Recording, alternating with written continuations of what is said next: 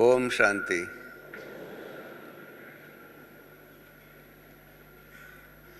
आप हम सब जानते हैं कि अभी अभी थोड़े दिन के बाद इस सीज़न की समाप्ति होगी। 3 अप्रैल को अव्यक्त बाप दादा की पधरामणी इस सीज़न की अंतिम पधरामणी होगी। उसके बाद बाबा से मिलना हो तो फिर हमें, जैसे बाबा सूक्ष्म वतनवासी है, सूक्ष्म शरीरधारी है, इस प्रकार से हमें भी सूक्ष्म वतनधारी बन करके बाप दादा के पास जा कर के कारोबार का कार्य करना पड़ेगा, उनको याद करना पड़ेगा। अब तो साकार में बाबा मिलता है, तो इस प्रकार से अभी बाबा का मिलना जो कल का जो था वो इस सीज़न के अंदर आप जानते हैं 15 नवंबर से शुरू हुआ। 15 नवंबर, 30 नवंबर, 15 दिसंबर, 31 दिसंबर, 18 जनवरी, फिर फरवरी की 2 तारीख, इस प्रकार से बढ़ता बढ़ता कल इस महीने की 20 तारीख को हम सब से बाबा मिलने के लिए आए।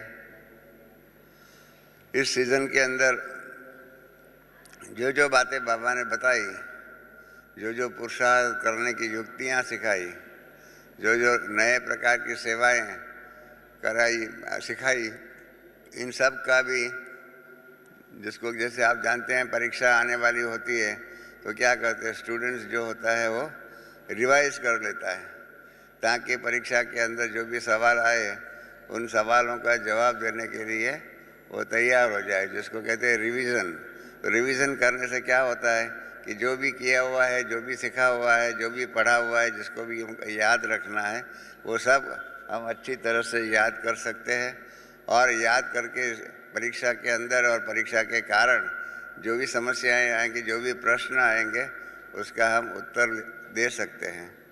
तो आज हम शुरुआत में पहला जरा अब तक की 15 नवंबर से जो मुरलियाँ चली उसका रिवीजन कोर्स कर लेंगे ताकि हमें याद आ जाएगा, आज याद रह जाएगा और उसके आधार पर पुरुषार्थ करना हमें सहज हो जाएगा।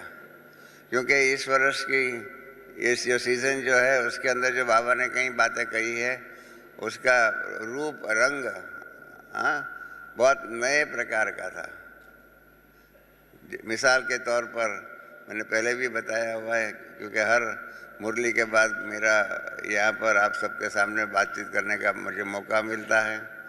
तो इस वर्ष की जो मुरली जो है उसके अंदर बाबा ने कई बातों में नए प्रकार का साधन और साधना करने का सिखाया। अब तक जो यज्ञ की शुरुआत थी तब से हम लोगों को बाबा ने कहा था कि बच्चे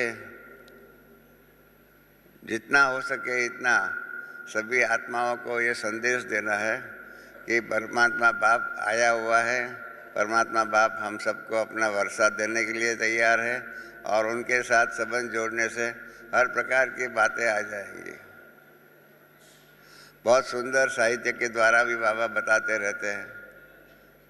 आज सुबह की साकार मुरली आप सबने सुनी होगी, उसके अंदर एक बहुत सुंदर लिटरेचर, जिसको कहते हैं एलिटरेशन, या तो एक ही शब्द का 2 अर्थ एक ही वाक्य में अलग अलग तरीके हो सकता है। जैसे आज सुबह की मुरली में था कि अन्य किसी की मत को मत सुनो, अन्य किसी की मत को मत सुनो। दोनों में मत है, परंतु दोनों मत शब्द का अर्थ अलग है, बराबर ना। अन्य किसी की भी मत को मत सुनो, तो कितना सुंदर साहित्य होता है।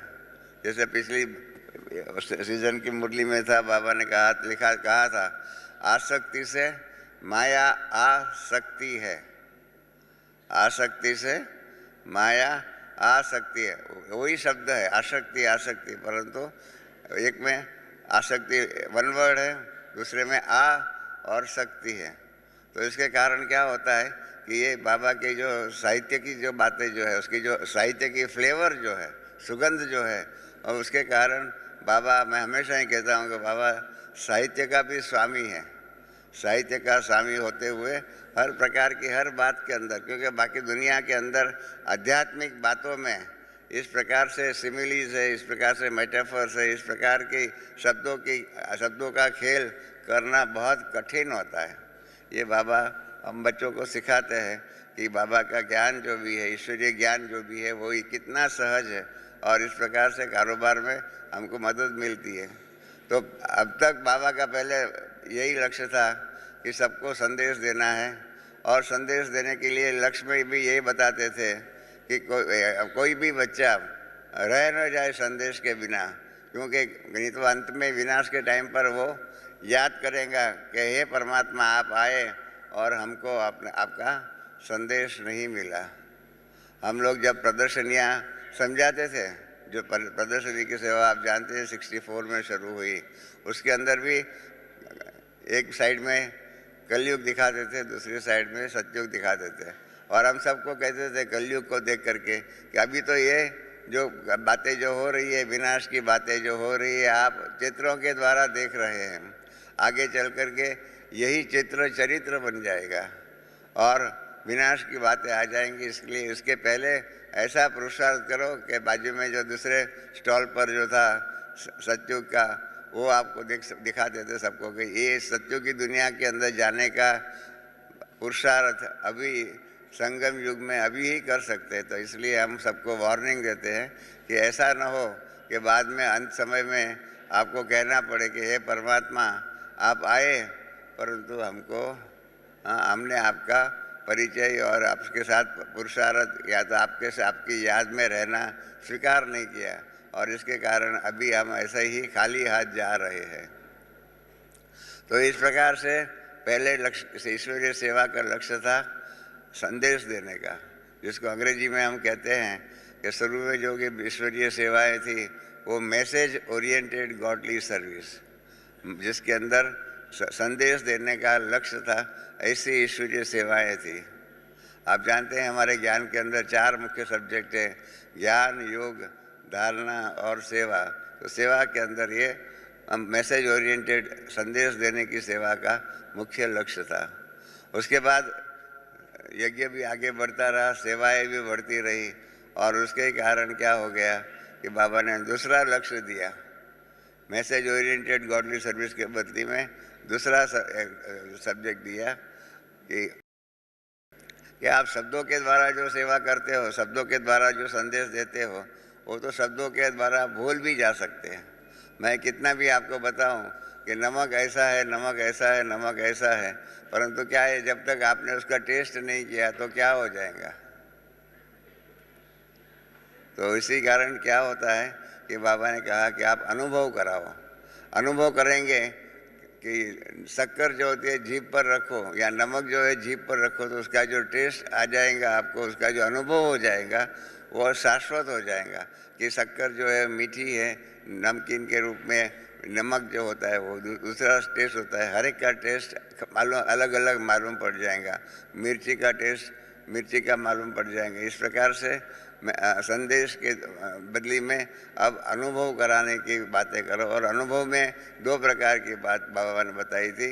एक तो एक्सपीरियंस कराओ, एक्सपीरियंस भी कराओ, और दूसरा उनको अपने पाँव पर खड़ा रखना है तो ज्ञान का एक्सपेरिमेंट भी करने को उसको प्रोत्साहित करो, ताकि ज्ञान का जो भी ज्ञान जो लेंगा उसके आधार पर जीवन कैसे बन सकता है उसका वो एक्सपेरिमेंट करें, इसका वो एक्सपीरियंस करें, तो क्या हो जाएगा, तब मालूम पड़ेगा कि ये ईश्वरीय ज्ञान और ईश्वरीय ज्ञान की शक्ति क्या है, उसकी अनुभूति हो जाएंगी। तो उनको बाबा का ज्ञान के प्रति, बाबा की जो भी बातें जो है उसके प्रति उसके दिल में विश्वास पैदा हो जाएगा, बाबा के प्रति स्नेह उत्पन्न हो जाएगा, और पुरुषार्थ करके वो अपना उच्च पद प्राप्त कर सकता है। तो पिछली सीजन तक बाबा का यही लक्ष्य था, या तो एक्सपीरियंस ओरिएंटेड गॉडली सर्विस या तो मैसेज ओरिएंटेड गॉडली सर्विस, अर्थात संदेश देने की या तो अनुभूति या अनुभव कराने की और प्रयोग करने की ईश्वरीय सेवाएं थी। इस सीज़न में बाबा ने नया टर्न ले लिया, इस सीज़न में बाबा ने नया टर्न ले लिया, क्योंकि अभी जैसे जानते हैं, विद्यार्थी भी जानता है कि अभी परीक्षा आने वाली है, परीक्षा आने वाली है, तो कि परीक्षा के बाद क्या होता है, रिजल्ट होता है। और रिजल्ट के बाद क्या होता है कि उसके आधार पर जब वो 4th स्टैंडर्ड में होगा तो 5th स्टैंडर्ड में जाएगा, या तो स्कूल में होगा तो कॉलेज में जाएगा। इस प्रकार से वो आगे बढ़ सकता है, आगे बढ़ने का पुरुषार्थ करने का मार्जिन उसको मिल जाता है। तो इसलिए विद्यार्थी जो है वो परीक्षा का कारोबार इसलिए करता है, मेहनत इसलिए करता है परीक्षा के समय, जिसके कारण उसको उसका रिजल्ट जो है उच्च नंबर पर, पहला number, second number, third number, इस प्रकार से नंबर ऊंचा आ जाएगा। ऊंचा नंबर जो आ जाएगा तो उसके कारण क्या हो जाएगा, उसको तसल्ली होगी कि मेरा उच्च पद सिक्योर्ड है। तो इसीलिए इस सीज़न में बाबा ने लक्ष्य जो है सेवा का बदली कर दिया। पहले मैं फिर से रिपीट करता हूँ, पहले मैसेज ओरिएंटेड गॉडली सर्विस था, उसके बाद experience and experiment oriented godly service था, और अभी इस सीज़न के अंदर 15 नवंबर की पहली मुरली में ही बाबा ने रिजल्ट ओरिएंटेड किया। आप जो सेवा करते हैं उसका रिजल्ट क्या है, रिजल्ट क्या है, सामने वाला सुनता है क्या नहीं, उसको देखो, और नहीं सुनता है तो छोड़ दो उसको, उसके पीछे नहीं पड़ो। पहले हम बहुत पढ़ते थे पीछे, परंतु अभी बाबा ने कहा नहीं, आपको रिजल्ट ये लाना है। और रिजल्ट के अंदर 4 बातें बाबा ने बताई। कहा कि एक तो कहा कि अभी वारिस क्वालिटी बच्चों का निर्माण करना है, जिस वारिस क्वालिटी बच्चे जो है वारिस बन कर के बाप दादा के कारोबार में और सत्योगी कारोबार के अंदर पूर्ण रूप में मददगार बन सकते हैं। और कोई धर्म में वारिस क्वालिटी की बात नहीं आती है, श्री बाबा के ज्ञान में ही वारिस क्वालिटी की बात आती है। ये आपको मैं, क्योंकि मैंने दुनिया के 10 धर्म जो है मुख्य इनका अभ्यास किया हुआ है, और आपको बताऊं कि 10 धर्मों के अंदर किधर भी वारिस क्वालिटी बनाने का, अपने शिष्यों को शिष्य फॉलोअर बना सकते हैं, शिष्य बना सकते हैं, परंतु वारिस बनाना कोई भी धर्म स्थापक ने सिखाया नहीं। कारण क्या है, जो बाबा ने बताया, पहले हम नहीं जानते थे, बाबा ने बताया कि धर्म स्थापक जो भी है, जो आप आकर के अपने धर्म की स्थापना करता है, वो फिर, क्योंकि शरीर तो अमर नहीं है, आत्मा अमर है, अजर अमर है, तो इसके कारण दूसरा जन्म लेकर के फिर तीसरा चौथा इस प्रकार से लेकर के अपने धर्म जिसकी उसने स्थापना किया है उस धर्म की पालना का भी कारोबार वो करेगा। इसलिए क्या है कि उनको वारिसों की ज़रूरत नहीं है, क्योंकि वो तो खुद ही दूसरे जन्म में, तो तीसरे जन्म में भी, चौथे जन्म में इस प्रकार से आता रहेगा और आकर के अपने धर्म की पालना और धर्म के विद्यार्थी जो स्टूडेंट आदि जो भी है उनकी पालना कर सकता है। इसलिए अन्य कोई भी धर्म में वारिस की ज़रूरत नहीं है, परंतु बाबा का ज्ञान ऐसा है कि, और हम बच्चे जानते भी हैं कि बाबा धर्म स्थापक भी है, सब कुछ है, सब कुछ होते हुए भी सत्युग त्रेता में बाबा आएगा नहीं, इसलिए बाबा आएगा नहीं। अन्य धर्म स्थापक तो यहाँ ही रहने वाले हैं, यहाँ ही रहने वाले हैं, इसलिए उनको वारिस की ज़रूरत नहीं है। और बाबा सत्युग त्रेता युग में, दोनों युग में बाबा आने वाले नहीं हैं, और जब आने वाले नहीं है और फिर भी सृष्टि का कारोबार जो है बाबा ने बताया था अखंड, अटल और निर्विघ्न, सृष्टि का कारोबार अखंड, अटल और निर्विघ्न चलाने के लिए निमित्त बने ऐसे वारिस क्वालिटी के बच्चे जो है उसका बाबा ने निर्माण करने के लिए हम बच्चों को कहा। तो ये अपने ईश्वरीय ज्ञान की ये बहुत बड़ी उपलब्धि है कि हम बाबा के बच्चे वारिस क्वालिटी के बनते हैं। और दुनिया में भी ऐसा ही होता है, बाप के बाद क्या होता है, उसका बेटा जो होता है वही वारिस बनता है और वही बाप की जगह पर बाबा की गद्दी पर, जो बाप की जो गद्दी होती है उस पर बैठता है, उसके बाद उसका बेटा, उसके बाद उसका बेटा। जैसे आप जानते हैं मुग़ल साम्राज्य के अंदर बाबर के बाद हुमायूं के बाद अकबर के बाद जहांगीर, शाहजहाँ, औरंगजेब, इस प्रकार से वारिस के रूप में वो लिंक जो है वो चली आती है। तो ये बाबा की स्पेशलिटी है, इस ज्ञान की अनन्य बातें हैं, और इसके लिए इसको समझना बहुत ज़रूरी है कि बाबा हम बच्चों के अंदर वारिस क्वालिटी की गुण, शक्तियाँ आदि हम भरते हैं और हम बच्चों को वारिस के रूप में लायक बच्चे बनाते हैं। तो पहली बात वारिस क्वालिटी की थी। बाबा ने कहा कितने बच्चों को आपने वारिस क्वालिटी के बनाए। दूसरा, इस वर्ष के इस मुरली में जो दूसरी बात बताई 15 नवंबर में, कहा कि वारिस क्वालिटी के साथ साथ दूसरा है माइक क्वालिटी। बाबा ने माइक क्वालिटी का बताया कि ऐसे वो माइक क्वालिटी होंगे जो उनके अनुभव जो होंगे, वो जो कहेंगे और लोग समझेंगे कि ये भाई जो बोलता है या ये बहन जो बोलती है वो अनुभव के आधार पर कहती है। और इस प्रकार से उनके अनुभव, उनके व्यवहार, उनके विचार लोग सुनेंगे, लोग मानेंगे और इसके कारण क्या हो जाएगा, ईश्वरीय सेवा में सफलता मिल सकती है, सहजता से कारोबार हो सकता है। तो इसलिए वारिस क्वालिटी, उसके बाद ये जो क्या कहते हैं कि अपना बाबा कहते हैं कि अपना जो भी है वारिस क्वालिटी के साथ माइक क्वालिटी की बात है। तीसरा जो बाबा ने बताया कि डिवाइन पॉपुलेशन बढ़ाने का है, और डिवाइन पॉपुलेशन बढ़ाने का है, इसके कारण बाबा ने कहा तीसरा लक्ष्य कहा कि बाप का बच्चे कितने बने। दुनिया के अंदर बच्चे बनाने की बात बहुत कोई जगह पर नहीं होती, सब वहाँ तो कितने फॉलोअर्स हैं, कितने फॉलोअर्स है, कितने शिष्य हैं, वो बताने की बात आती है। बाबा के यहाँ पर बाप को, अपने परमात्मा बाप को अपना पिता मानने की कितने लोगों ने ये बात स्वीकारी है। भक्ति मार्ग में भी हम जानते थे, भक्ति मार्ग में भी गीत गाते थे, तमेव माताश्च पिता तमेव, तमेव बंधुश्च सखा तमेव। इस प्रकार से भक्ति मार्ग में भी गाते थे कि परमात्मा हमारा पिता है, परंतु पिता होते हुए भी पिता के साथ में, पिता के संबंध में, व्यवहार में स्थित होना और पिता के रूप में पिता के गुणों को फॉलो करके बाप समान बनना, ये बात दुनिया में किधर भी नहीं है। कोई भी गुरु अपने शिष्य को अपने समान नहीं बनाएगा, अपनी सीक्रेट भी नहीं बताएगा। मुझे याद है मैंने भक्ति मार्ग में एक बहुत प्रखर पंडित विद्वान थे, बहुत अच्छा प्रवचन करते थे। जब मैं उनका प्रवचन सुनने गया तो प्रवचन के बाद मैं उनसे मिला तो मैंने कहा कि महाराज आप ये जो संन्यास धारण आपने किया, उसके पहले आप क्या थे और क्या से क्या बन गए, वो जरा बताओ। तो उसने बहुत हमारे पर गुस्सा किया कि हम पहले क्या थे क्या नहीं थे, उसके लिए आपका क्या ताल्लुक है, आप नहीं मेरे को ऐसा पूछ सकते हो। मैंने कहा उसमें क्या हो गया, तो कहा नहीं नहीं नहीं, ये आपका विषय नहीं है, हम कौन है वो जानने के लिए आपकी इच्छा, आपकी ज़रूरत नहीं है। मतलब वहाँ फॉलोअर्स जो है उसको ब्लाइंड फॉलोइंग कहते हैं, अंधश्रद्धा युक्त ही कारोबार करने के लिए सिखाते थे।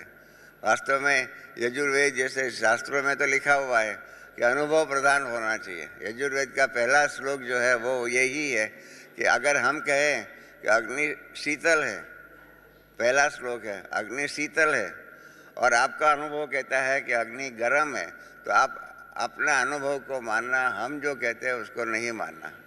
परंतु उसके बदले में क्या हो गया, भक्ति मार्ग में क्या होता है, गुरु को कहते तो पूछते थे तो कहते नहीं नहीं नहीं, मैं जो कहता हूँ उसको करो, नहीं तो आप रो नरक में जाएंगे। इस प्रकार की बातें भक्ति मार्ग में हमको गुरुओं ने सिखाई थी। तो यहाँ पर क्या है, परमात्मा हमारा बाप है, बाप के साथ का जो संबंध जो है, बाप के साथ का जो अनुभव जो है, और उसके आधार पर बाप के साथ में रह करके बाप के समान फॉलो फादर के रूप में करने का प्रयत्न करना, इसका तीसरा बात बताई बाबा ने। और चौथी बात ये बताई कि बाप का बनने के बाद भी बाप की श्रीमत पर चलने के लिए कितने तैयार हैं।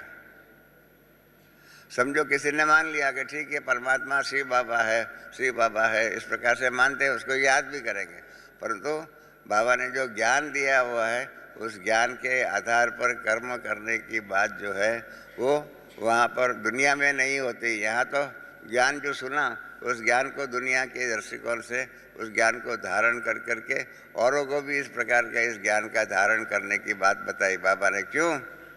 क्योंकि बाबा ने बताया कि हर एक बच्चे को अपनी राजधानी की अंदर की जो प्रजा जो है, अपनी प्रजा, सतयुग त्रेता में अपनी प्रजा और द्वापर कलयुग में अपने भक्त, हमारे जो भक्त होंगे, जो हमारी पूजा करेंगे, हमारा गायन करेंगे, ऐसा कारोबार जो है या तो हमारी प्रजा हमारी राजधानी के अंदर आएंगी, या तो द्वापर युग के बाद हमारे यादगार के रूप में मंदिर आदि बन करके काम करेंगे।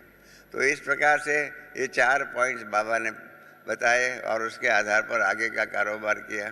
फिर तीसरी मुरली जो है उसके अंदर, क्योंकि कईयों के मन में प्रश्न हुआ कि अभी हम संदेश देने की सेवाएं नहीं करें, अभी हम अनुभव कराने की सेवा नहीं करें, खाली सिर्फ हम वारिस बनाने की सेवा करें, माइक बनाने की सेवा करें, बाकी सब कुछ नहीं करें।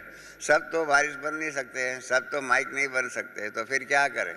तो तीसरी जो मुरली थी सीज़न की, उसके अंदर बाबा ने बताया कि ये तीनों बातें, अनुभूति कराने की बातें जो है, संदेश देने की बातें जो है, और उसमें से ही ऐसे माइक क्वालिटी, वारिस क्वालिटी निर्माण करना, ये तीनों बातें एक ही साथ में हो सकती है। ऐसा नहीं है कि अलग अलग है।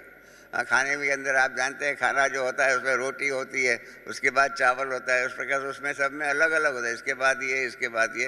बाबा ने कहा ये तीनों का बाबा ने समन्वय करके सिखाया तीसरी मुरली के अंदर कि तीनों बातें एक साथ में हो सकती है। पहले अलग अलग बातें थी, पहले माइक बनाना पड़ता, अपने पहले संदेश देना पड़ता था, संदेश के बाद अनुभूति कराना होता था। क्योंकि हम लोग जब विदेश में गए 71 में, तब बाबा हम बच्चों को विदाई देने के लिए आए। तब बाबा ने कहा कि आपको विदेश में भी 4 प्रकार के लोग मिलेंगे।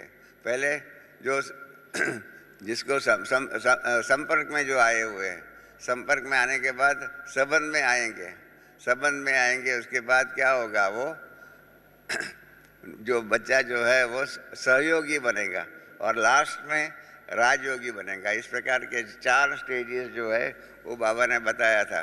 और बाबा ने भी जो तीसरी मुरली के अंदर क्या कहा, ये चारों ही बात, संबंध, संपर्क, सहयोगी, राजयोगी, चारों ही बात एक साथ में हो सकती है। इस प्रकार से हम बच्चों को ईश्वरीय सेवा के अंदर नया रास्ता दिखाया, नई विधि सिखाई, और उसके लिए ही बाबा ने कई शब्दों में फिर फर्क कराया। पहले हम कहते थे पुरुषार्थ करना है, बाबा ने उसके बदले में चेंज करा कर के कहा कि अभी तीव्र पुरुषार्थी बनना है। ये सब हमको सीखना पड़ेगा, समझना पड़ेगा। पुरुषार्थ क्या है और तीव्र पुरुषार्थ क्या है, इस दोनों के बीच में क्या फ़र्क है, वो नहीं समझेंगे तब तक हम पुरुषार्थी से तीव्र पुरुषार्थी नहीं बन सकेंगे। इसी प्रकार से दूसरा नया शब्द बताया बाबा ने, कहा कि सभी बच्चों को, पहले हमको सबको कहते थे कि रेडी बनो, रेडी रहो, रेडी रहो, तत्पर रहो, तैयार रहो। अभी बाबा ने नया शब्द ऐड कराया है उसके आगे कि क्या क्या कहा मालूम है ना आप सबको? हाँ, रेडी के सामने आगे एक शब्द लगा दिया, एवर रेडी। एवर रेडी और रेडी, इन दोनों के बीच में क्या फ़र्क है ये मालूम होना चाहिए। जैसे डॉक्टर जो होता है उसको मालूम है कि इस पेशेंट को टाइफाइड हुआ है, तो टाइफाइड हुआ है तो उसको मालूम होना चाहिए, वो उसी टाइम पर किताबें खोल करके नहीं देखेंगे कि टाइफाइड वालों को क्या दवा देनी चाहिए। उसको ये मालूम होना चाहिए कि टाइफाइड है तो टाइफाइड के लिए ये दवाइयाँ देनी चाहिए, ये उनके सिम्टम्स है। उस प्रकार से डॉक्टर को मालूम होना चाहिए। इसी प्रकार से हम बच्चों को भी मालूम होना चाहिए कि इस प्रकार की बात जो करनी है, जो करानी है, उसके लिए क्या करना चाहिए। इसलिए मैंने आपको बताया कि रेडी और एवर रेडी, इन दोनों के बीच में क्या फ़र्क है वो जानना पड़ेगा। और इसी प्रकार से संकल्प करने की बात जो थी, बाबा ने कहा संकल्प बच्चे तो करते हैं, अब बाबा ने उसमें एक शब्द ऐड कराया, दृढ़ संकल्प। मालूम है ना आप सबको, दृढ़ संकल्प कराया। तो संकल्प और दृढ़ संकल्प में फ़र्क क्या है? संकल्प और दृढ़ संकल्प में फ़र्क क्या है वो हमने मम्मा के जीवन से सीखा था। हमने मम्मा को पूछा था, मातेश्वरी जी को पूछा था, क्योंकि मातेश्वरी जी हमारे साथ में, हमारे घर में हम बच्चों के साथ 18 मास रहे थे। तो बहुत सी बातें जो हम सीखे थे, आज जो भी हम हैं उन सब के पीछे जो फाउंडेशन जो है वो मम्मा की ट्रेनिंग जो है, मम्मा से जो शिक्षा जो मिली मातेश्वरी जी से, उसके कारण है। तो हमने मातेश्वरी जी को पूछा था कि आप वास्तव में, मातेश्वरी बाद में आए थे, थोड़े बाद में आए, उसके पहले और भी बहनें आ गई थी सेवा में, यज्ञ के अंदर। तो हमने मम्मा को पूछा कि आप तो और कई बहने से पीछे आए, इन सब से पीछे आते हुए भी आप कैसे सबसे आगे निकल गए? ऐसा आपका कौन सा पुरुषार्थ था कि जिसके कारण आप सबको ओवरटेक कर करके आगे जा करके सबके लिए मातेश्वरी बन गई? तो मातेश्वरी ने कहा कि ऐसे तो बहुत सी बातें मैं कैसे बताऊं। मैंने कहा नहीं, हम तो आपसे चाहते हैं एक शब्द में आप बताओ कि क्या ऐसी बात थी आप में, कौन सी ऐसी विशेषता थी जिसके कारण आप मातेश्वरी बन गए और बाकी सब जो बहनें जो है भाई जो है वो बहनें या भाई रह गए, आगे इतने आपके जितना आगे नहीं बढ़ सके। तो मातेश्वरी जी ने 2-5 मिनट विचार करने के बताया। उसके बाद बताया कि मेरे पास मैंने एक बात का दृढ़ संकल्प कर दिया है कि एक बार जो हम भूल करते हैं बाबा माफ़ कर सकता है, परंतु दोबारा वो भूल मैं कभी भी नहीं करूँगी। इस प्रकार का मैंने दृढ़ संकल्प लिया था। क्या हुआ था कि कराची में बाबा अलग रहते थे, मातेश्वरी जी अलग रहते थे। तो अलग अलग रहते थे तो इसके कारण क्या हो गया कि मिलने के कभी कभी 10 दिन 15-15 दिन 1-1 मास तक बाबा बच्चों से मिल नहीं सकते थे। तो इसलिए एक दिन रात को मातेश्वरी जी को बहुत रोना आया, बहुत रोना आया। इतने तक रोना आया, मातेश्वरी जी ने खुद नहीं कहा कि मेरा जो तकिया जो होता है वो तकिया भी मेरे रोने से, मेरे आंसुओं से भीग गया। तो दूसरे दिन बाबा को संदेश मिल गया कि कल रात को मातेश्वरी जी को बहुत बहुत बहुत रोना आया आपकी याद में कि बाबा से मिल नहीं सकते, ये क्या क्या क्या हो गया है। तो बाबा ने मातेश्वरी जी को बुलाया और मातेश्वरी जी को कहा कि नहीं बच्ची, रोना नहीं चाहिए। रोना जो है, बाबा ने बहुत अच्छी बात कही, पहली बार बताया कि रोना कौन करता है? जो विधवा होती है। जैसे हम भाइयों को कहा हुआ है कि क्रोध नहीं करने का, और ऐसे बहनों को, माताओं को बाबा ने कहा कि रोना नहीं चाहिए। तो मम्मा ने कहा, दृढ़ संकल्प किया कि ठीक है बाबा, आज के बाद इस नैनों से कभी भी आंसू नहीं बहेंगे। तो क्या हो गया, मातेश्वरी जी बॉम्बे में थे तो कानपुर वालों ने बहुत ही अच्छा निमंत्रण भेजा। वो माँ जो ऐसे गीत जो आप जानते हैं, अपने मम्मा की याद में ऐसे जो दुनिया के गीत बने हुए हैं, तो उस प्रकार से वो गीत इतना सुंदर ढंग से टेप रिकॉर्ड करके भेजा हुआ था कैसेट में कि उसको सुन कर के हम सब की आंखों में पानी आ गए, आंसू आ गए, पर तो मातेश्वरी जी की आंख में आंसू ही नहीं आए। हमने वो गीत 3 बार 4 बार 5 बार बजाया। तो आखिर में मातेश्वरी जी ने कहा, रमेश ये आप फालतू मेहनत करते हो। मैंने कहा क्यों? कहा मैंने बाबा के सामने दृढ़ संकल्प किया है कि इस जीवन में इन आँखों से कभी भी आंसू नहीं बहेंगे। तो आप 5 बार क्या 50 बार भी बजाएंगे तो भी 5 बार के बदले में 50 बार भी बजाएंगे तो भी इन आँखों से आंसू नहीं बहेगा। तो वो उसको कहते हैं दृढ़ संकल्प, कि जो पहले साधारण रूप में आंसू बाबा की याद में आ जाता था, प्रेम के आंसू जो भी आप कहो, वो उसके ऊपर मम्मा ने दृढ़ संकल्प के आधार पर विजय प्राप्त किया। तो इस प्रकार से इस वर्ष भी बाबा की जो अव्यक्त मुरली है उसके अंदर दृढ़ संकल्प की बात कही कि संकल्प के सामने दृढ़ता का रखो, दृढ़ता से कारण क्या हो जाएगा, पुरुषार्थ भी सहज हो जाएगा।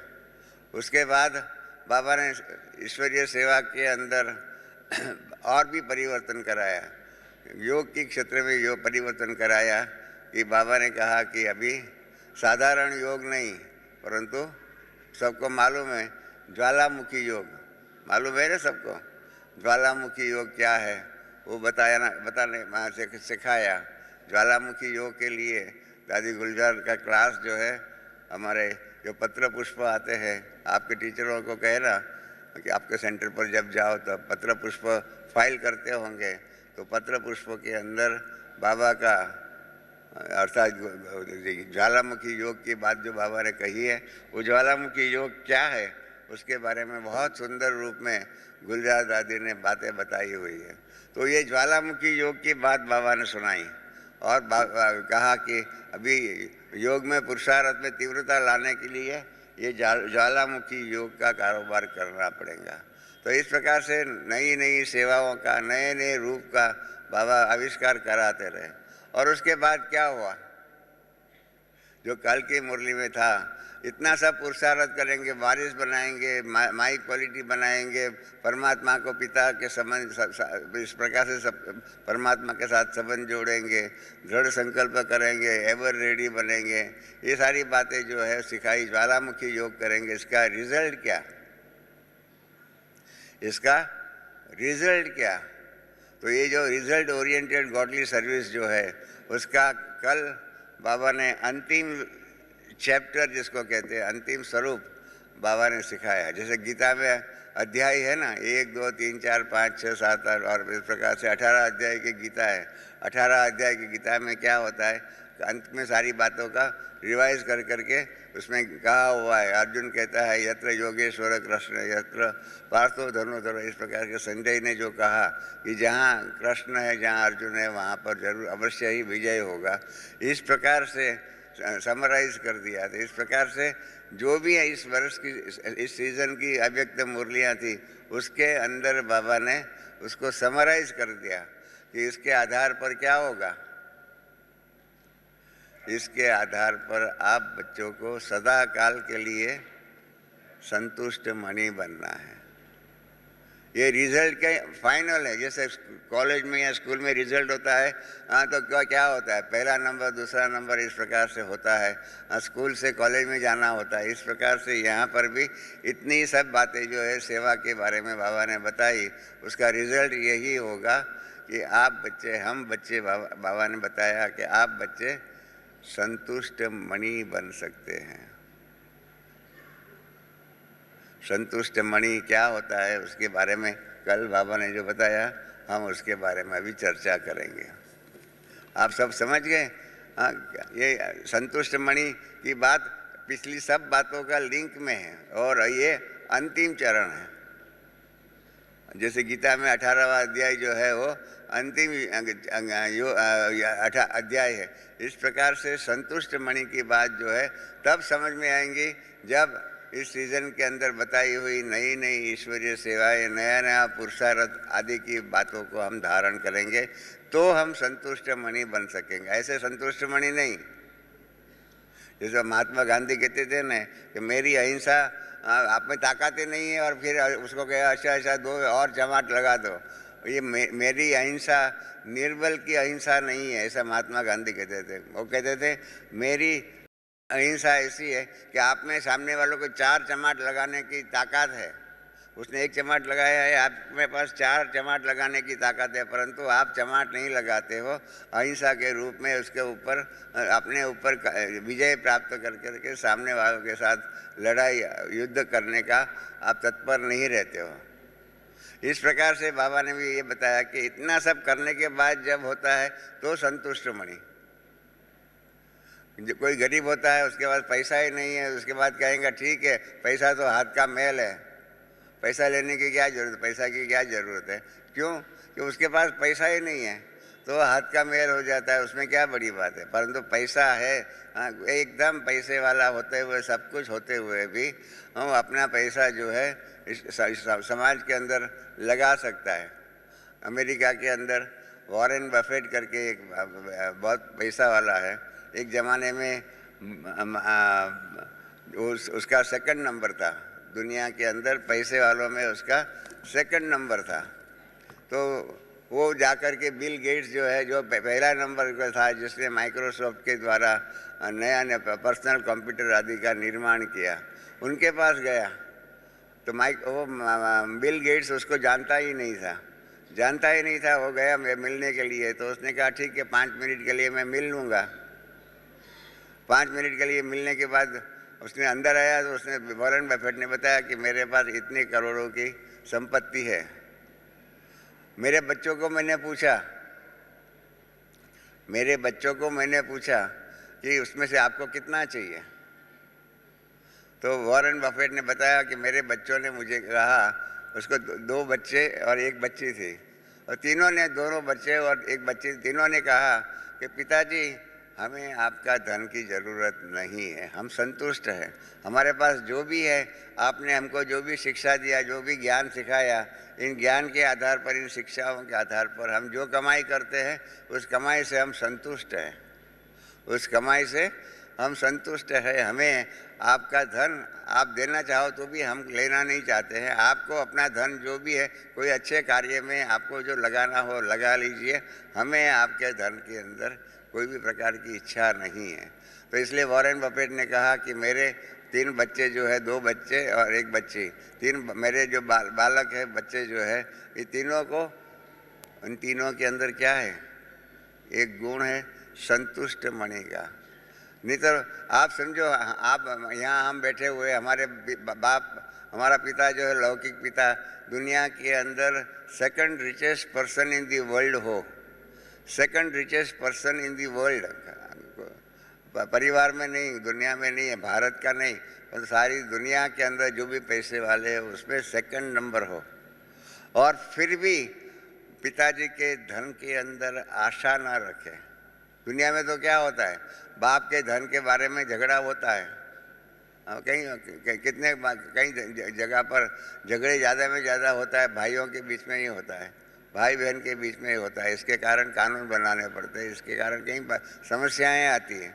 और उसके बदले में वॉरेन बफेट के तीनों बच्चे, जिसका बाप दुनिया के अंदर सेकंड नंबर में पैसे वाला था, इनको भी बाप ने, उन्होंने बाप को कह दिया, आपका शुक्रिया, आप हमको देना चाहते हैं परंतु हम देना नहीं चाहते, हम संतुष्ट हैं। हमारी कमाई के आधार पर, हमारा पुरुषार्थ के आधार पर, हमारी पढ़ाई के आधार पर हम अपना जीवन जो है, अपने परिवार का जो जीवन जो है, उसको संतुष्टता के आधार पर चला लेंगे। तो इसलिए वॉरेन बफेट ने कहा कि मेरे बच्चों को मेरा धन नहीं चाहिए, तो मैं क्या करूं, मैं क्या करूं। इसलिए उन्होंने कहा कि मैं आपके पास आया हूं, मेरे पास तो चैरिटी करके कारोबार करने का मेरे पास साधन नहीं है, मेरे पास हैंड्स नहीं है, और आपके पास, आपने Bill Gates and Melinda Gates का नाम का चैरिटेबल ट्रस्ट बनाया है, आप करोड़ों का उसके अंदर पैसे का संचय कर करके सबको दान में पैसा देते हो, सबको मदद करते हो, तो मैं मेरी संपत्ति की आधी संपत्ति जीते जी आपको दे देता हूँ, बाकी की संपत्ति जो है मेरे शरीर छूटने के बाद आपको दूंगा। और इस प्रकार से एक देखिए वॉरेन बफेट के आज की दुनिया में भी कई ऐसे बच्चे हैं, कई ऐसे बच्चे ऐसे हैं जो संतुष्ट है, संतुष्ट होने के कारण अपने बाप के, नहीं तो दुनिया में बहुत कठिन बात है। आप सब अपने जीवन में अपने दिल पर हाथ रख करके कहिए कि आपके लौकिक पिता दुनिया में सेकंड रिचेस्ट पर्सन हो, तो आपकी, हाँ, आपकी नज़र, आपकी निगाह आपके पिताजी के धन पर पड़ेंगी या नहीं पड़ेंगी, आप अपने दिल से पूछिए।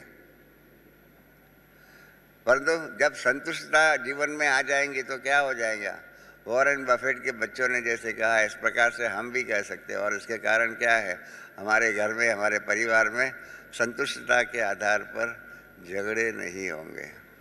तो ये बात, ये रिजल्ट है संतुष्टता का, क्योंकि संतुष्टता ऐसा नहीं है, गरीब की संतुष्टता नहीं है। जैसे मैंने कहा ना, महात्मा गांधी ने कहा कि मेरी अहिंसा जो है वो कमज़ोर कंगाल ऐसे लोगों की नहीं है, मेरी अहिंसा जो है सशक्त मनुष्य की अहिंसा है कि एक चमाट एक बदले में 4 चमाट में मार सकता हूँ, फिर भी मैं नहीं मारता हूँ, तब उसको कहेंगे वो सच्ची अहिंसा है। इस प्रकार से संतुष्टता ऐसी चीज़ है कि सामने, आपके सामने हर प्रकार की चीज़ आती है, हर प्रकार का वैभव आता है, सब कुछ होते हुए भी आपकी नज़र जो है इन संपत्ति के ऊपर, इन सब के ऊपर नहीं जाती है, और अपने में ही संतुष्ट रह करके अपने जीवन को भी संतुष्ट करते हैं, अपने परिवार को भी संतुष्ट करते हैं। तो ऐसी संतुष्ट मणि की बात बाबा ने कल बताई, ये रिजल्ट है, और ऐसे संतुष्ट मणि हमको बनना है। और बाबा ने क्या किया, बाबा ने पहला ही महावाक्य जो है, शुरू जो किया, उसके अंदर पहला ही महावाक्य में क्या बता दिया। बाबा क्या करता है, पहले 1-2 वाक्य जो होते हैं ना, उसके अंदर बाबा बता देते हैं कि आज की मुरली मेरी किस बात के ऊपर होगा। तो जैसे कल हम लोगों ने, मैं तो लिखता हूँ मुरली, तो मैंने लिखा कि चाहे सन्मुख चाहे दूर के संतुष्ट मणि को बाप देख रहा है। तो हमने समझा कि आज की मुरली के अंदर संतुष्टता प्रधान आज की अव्यक्त मुरली होगी। और बाबा ने क्या बताया, हाँ, कि ये संतुष्टता की शक्ति क्या है, सबसे महान है। अब संतुष्टता के इसको बाबा ये शब्द को खोलते हैं, बढ़ाते, उसका विस्तार सिखाते हैं, बताते हैं कि संतुष्टता के द्वारा क्या हो सकता है। और इसके आधार पर बाबा बताते हैं कि जीवन में संतुष्टता होनी चाहिए। तो बाबा ने पहले ही बताया कि यह संतुष्टता की शक्ति सबसे महान शक्ति है। क्या बताया? संतुष्टता की शक्ति सबसे महान शक्ति है। बाकी सब शक्तियाँ हैं, इसके पहले बाबा बताते थे, हाँ, अपने सहन शक्ति, ऐसी ऐसी बातें बाबा ने शक्तियों के बारे में बताया। और कल क्या हो गया, अल्टीमेट हाईएस्ट शक्ति, हाईएस्ट स्थिति, वो क्या है? संतुष्टता की शक्ति सबसे महान है। फिर क्या बताया दूसरी बात, इसमें सब प्राप्तियां हैं। इसमें संतुष्टता के अंदर क्या होता है, सब प्राप्तियां हैं। सब प्राप्तियां के बाद संतुष्टता मिले, वो उसका आनंद जो है, उसका रस जो है, वो बहुत ही निराला होता है। तो इसलिए बाबा ने सेकंड बात संतुष्टता के बारे में बताई कि ये इसमें सर्व प्राप्तियां हैं।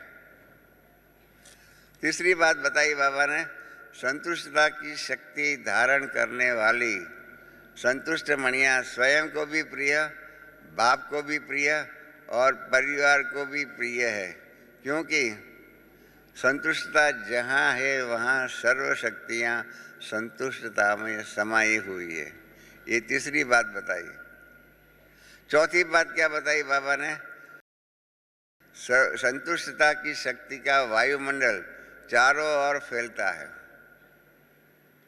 मैं संतुष्ट बन जाऊं तो क्या हो जाएगा, वायुमंडल चारों ओर फैलता है। ऐसे तो हम क्रोध करते हैं तो वो भी वायुमंडल में फैल जाता है, परंतु वो नेगेटिव बातें हैं। और बाबा की बात बताइए, ये संतुष्टता जो है वो सत्व प्रधान शक्ति है और सत्व प्रधान वायुमंडल बनाते हैं। वायुमंडल भी अनेक प्रकार के होते हैं।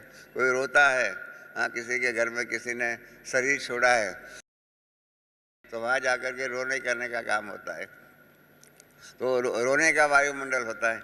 यहाँ बाबा बताते हैं, हाँ, कि संतुष्टता की शक्ति का वायुमंडल चारों ओर फैलता है। फिर पांचवी बात बताई नेक्स्ट, कि संतुष्ट मणि वाली आत्माएं कभी भी माया से हार नहीं खाती है, माया उनसे हार खाती है। संतुष्टता जिसके पास है, हाँ, वो माया से कभी भी हार नहीं खाते हैं, माया उनसे हार खाती है। फिर नेक्स्ट बात, कि संतुष्ट मणि आत्माएं सर्व की दिल को अपना बना सकते हैं।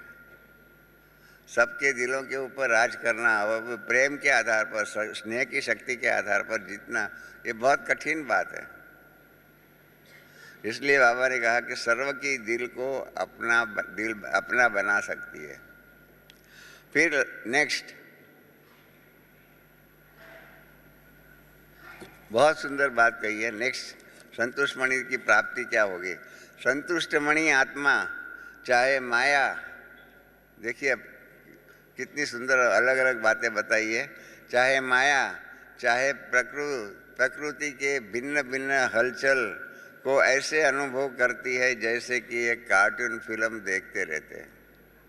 सिनेमा आप देखते हैं, कार्टून देखते हैं, उसके अंदर एक शेर जो है वो आकर के शिकार करता है, तो आपको डर नहीं लगता है। कारण क्या है कि वो तो समझते हैं ये तो कार्टून है, इसके कारण हमको डर नहीं होता है। तो इस प्रकार से संतुष्ट मणि चाहे माया चाहे प्रकृति के भिन्न भिन्न हलचल को ऐसा अनुभव करेंगी जैसे एक कार्टून को देख रहे हैं।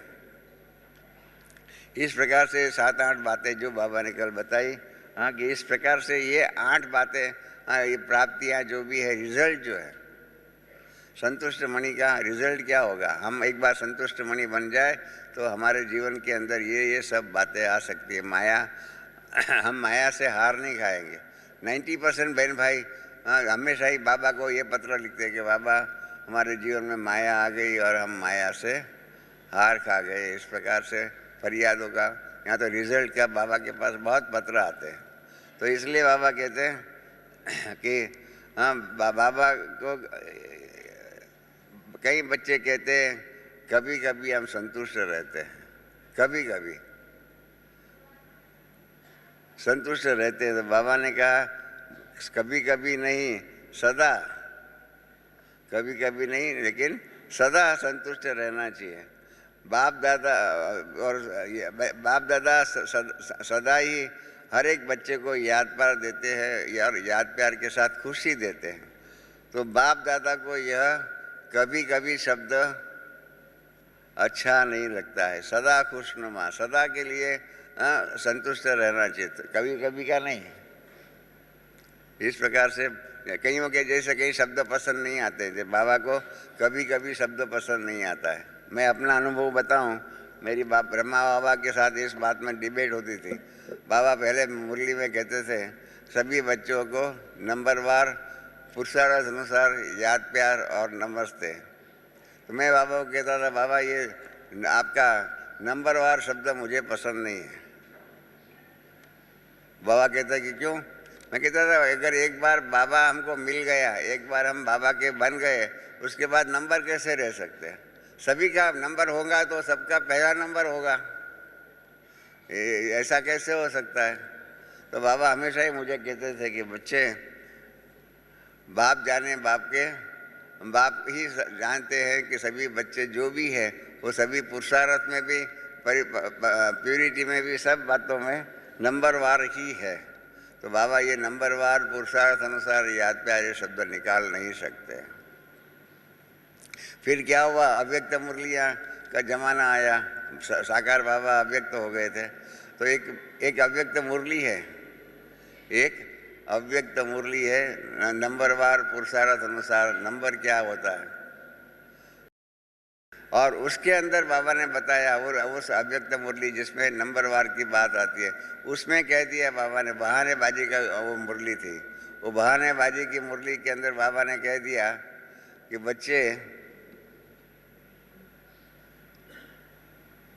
बहानेबाजी में आप सबका पहला नंबर है। क्या कहा? बच्चे, आप सबका बहानेबाजी में पहला नंबर है, किसी का भी दूसरा नंबर नहीं है, पहला नंबर है। तो उस दिन जो है ना मुरली पूरी हो गई। उसके बाद पहले तो अव्यक्त बाप दादा टोली बांटते थे। तो जब टोली बांटने का मेरा टर्न है, लेने का टर्न आया, तो मैं बाबा के सामने गया। तो बाबा ने कहा बच्चा आज तो तुम खुश होगा ना? मैंने कहा क्यों?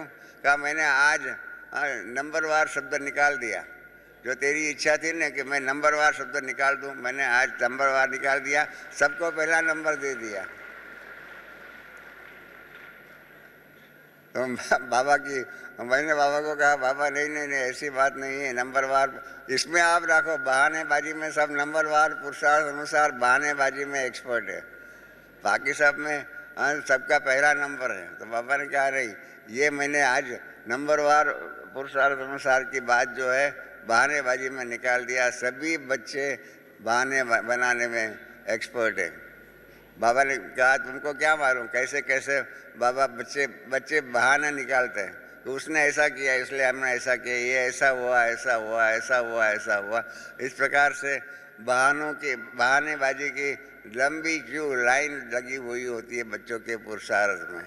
और बच्चे योग में भी, सुबह का योग में भी यही बात ऐसे से करते रहते हैं। तो इस प्रकार से बाबा ने ये कल बात बताई कि बाबा को कभी कभी की बात पसंद नहीं है, सदा की पसंद है।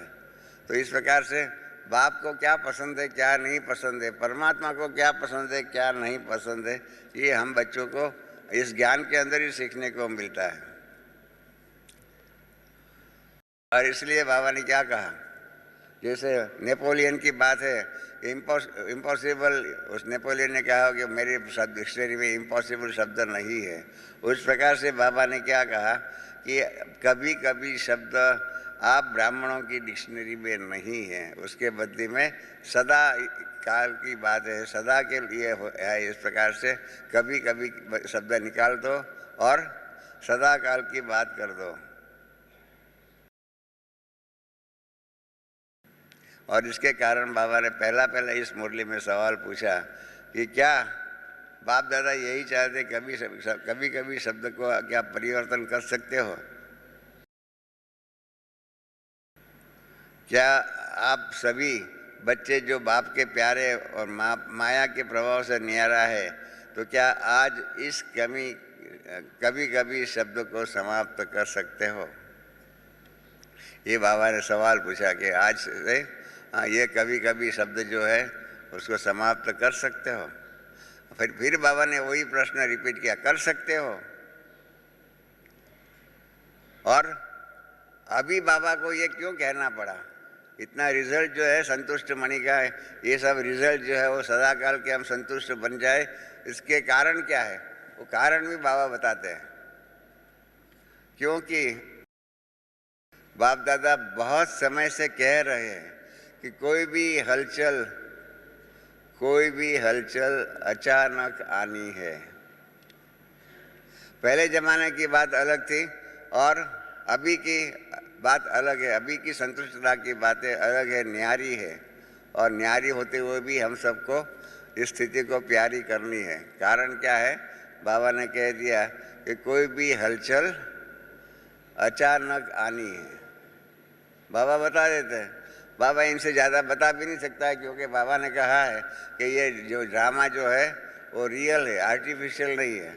इसलिए मैं आगे की बात ज़्यादा खोल नहीं बता सकता हूँ। जितना आप बच्चों के लिए ज़रूरी है इतना ही मैं आपको बताऊंगा। बाकी आगे की बात जो है आगे चल कर के ड्रामा के अंदर देख लेंगे। इसलिए बाबा ने कहा अभी उसकी तैयारी के लिए अगर अभी से ही कभी कभी, देखिए कितना कॉन्सिक्वेंस हम कभी कभी करते हैं, समझते हैं उसमें क्या हो गया, कभी कभी होगा तो नहीं होगा, क्या होगा, उसका रिजल्ट क्या है, कितना भारी दंड है, कितना भारी दंड है। अगर ये दंड अगर हम समझ जाए तो कभी कभी शब्दों के बदले में हम सदा काल के लिए इस प्रकार से संतुष्ट मणि बनेंगे, इस प्रकार का दृढ़ संकल्प कर सकते हैं। कारण क्या है? कभी कभी के संस्कार हो गए तो क्या आगे की बात बहुत भयंकर है, मतलब तो जरूरी है। अगर दंड है, अगर हम कभी कभी वाले रह गए, सदा काल वाले नहीं रहे, तो कभी कभी वालों का क्या होगा? राज्य भाग्य के अधिकारी बन सकेंगे, सदा काल के राज्य भाग्य के अधिकारी बन सकेंगे। कितना बड़ा भारी दंड है, नुकसान है। हम सदा काल के लिए राज्य भाग्य के अधिकारी नहीं बनेंगे। वहाँ पर भी क्या होगा? कभी कभी राज्य मिलेगा, कभी नहीं मिलेगा, इस प्रकार से हो जाएगा। आप सब क्या चाहते हो? कभी कभी क्या राज्य अधिकारी बनना चाहते हो या सदा काल का राज्य अधिकारी बनना चाहते हो? जो कभी कभी राज्य अधिकारी बनना चाहता है वो हाथ खड़ा करे।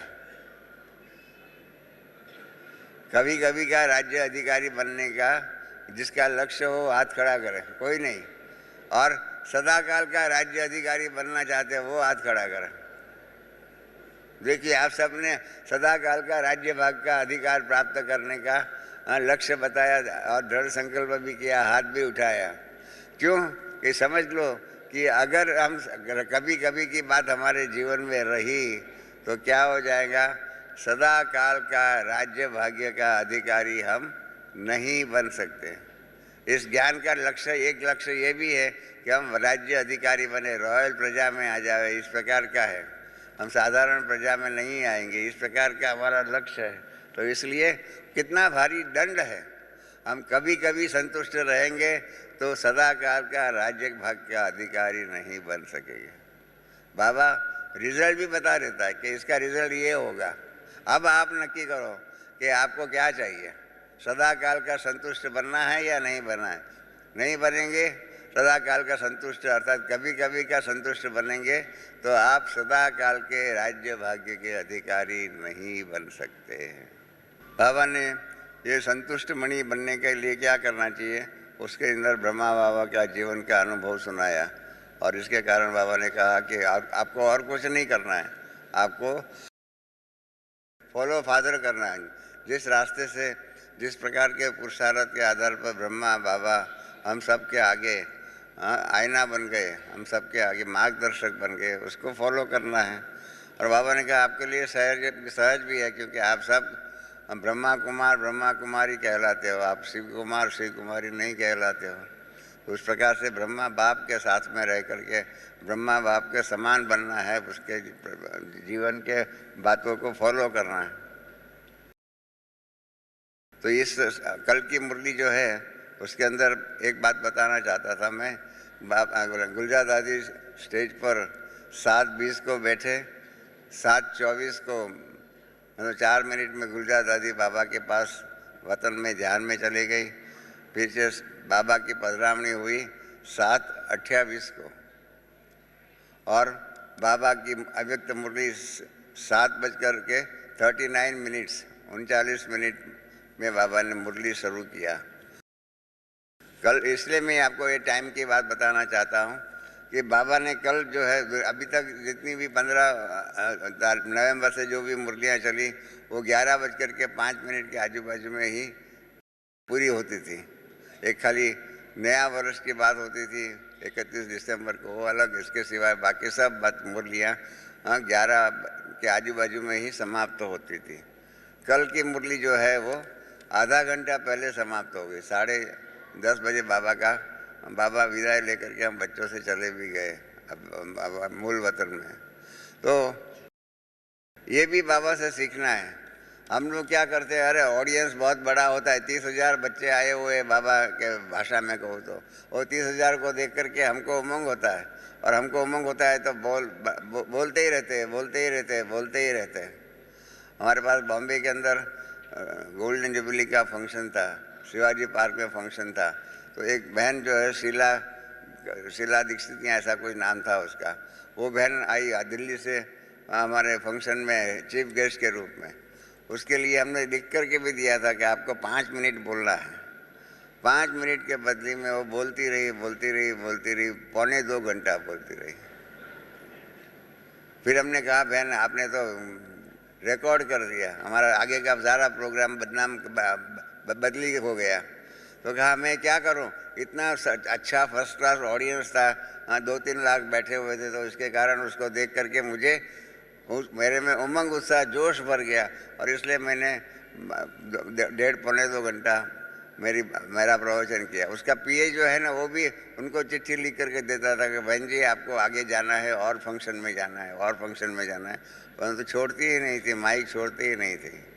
तो इस प्रकार से बाकी लोग जो है ना, और बहुत बड़ा भारी ऑडियंस देख करके बहुत उमंग उत्साह में आ जाते हैं। और बाबा ने क्या कल सिखाया कि ऑडियंस को देख करके ऐसा नहीं, क्योंकि और भी काम करना होता है।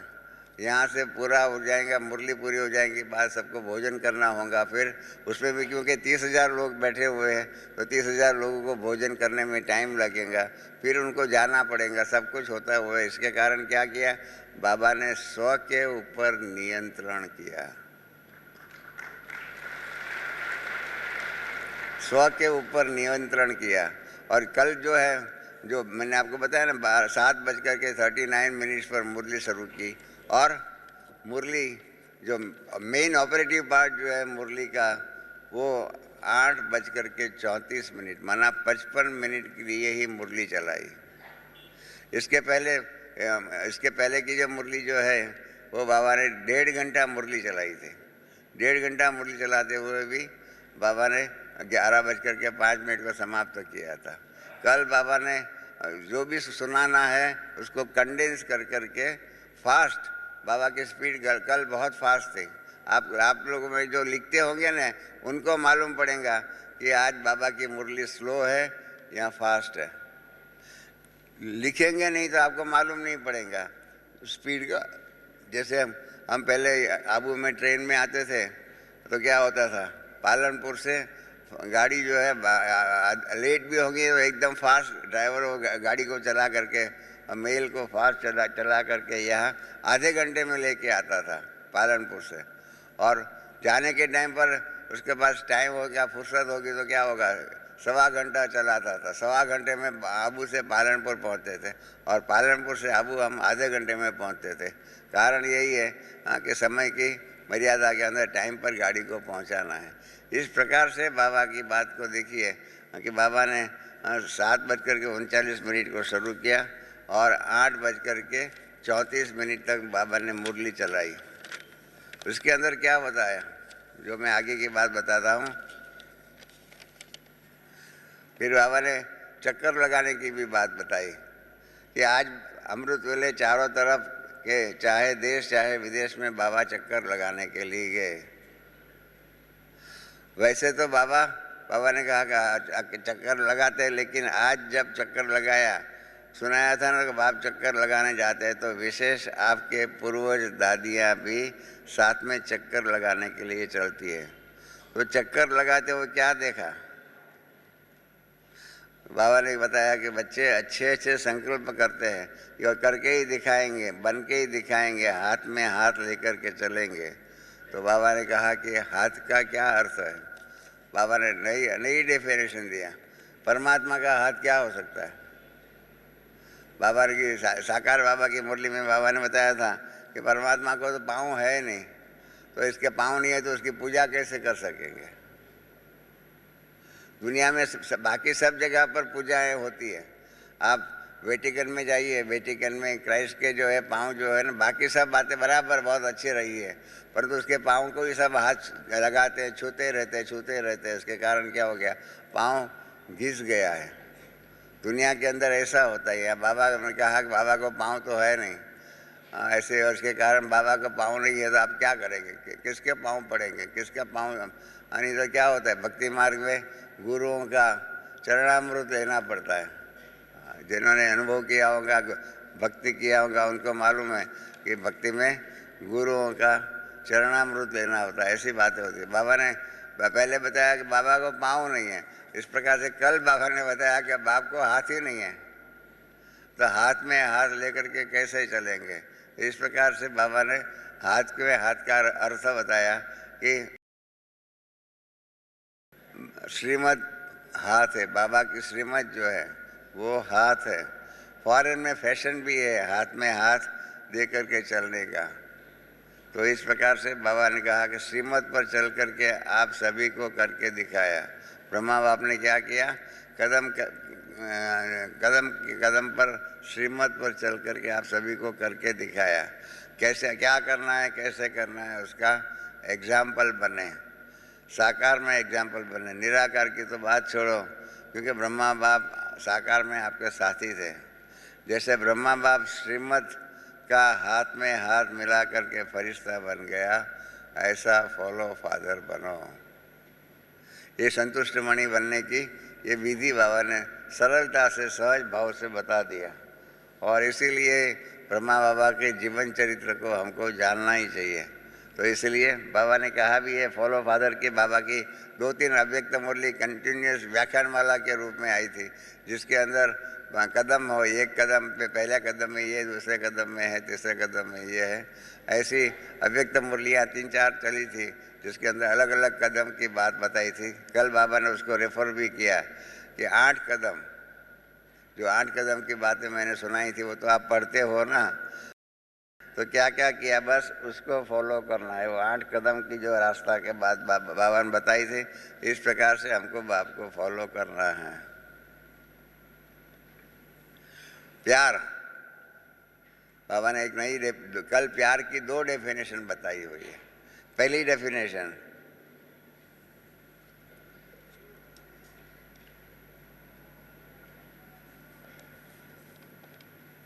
पहली बात बताई बाबा ने कहा कि आप सबका बाप से प्यार है। सबने हाँ कहा, तो बाबा ने क्या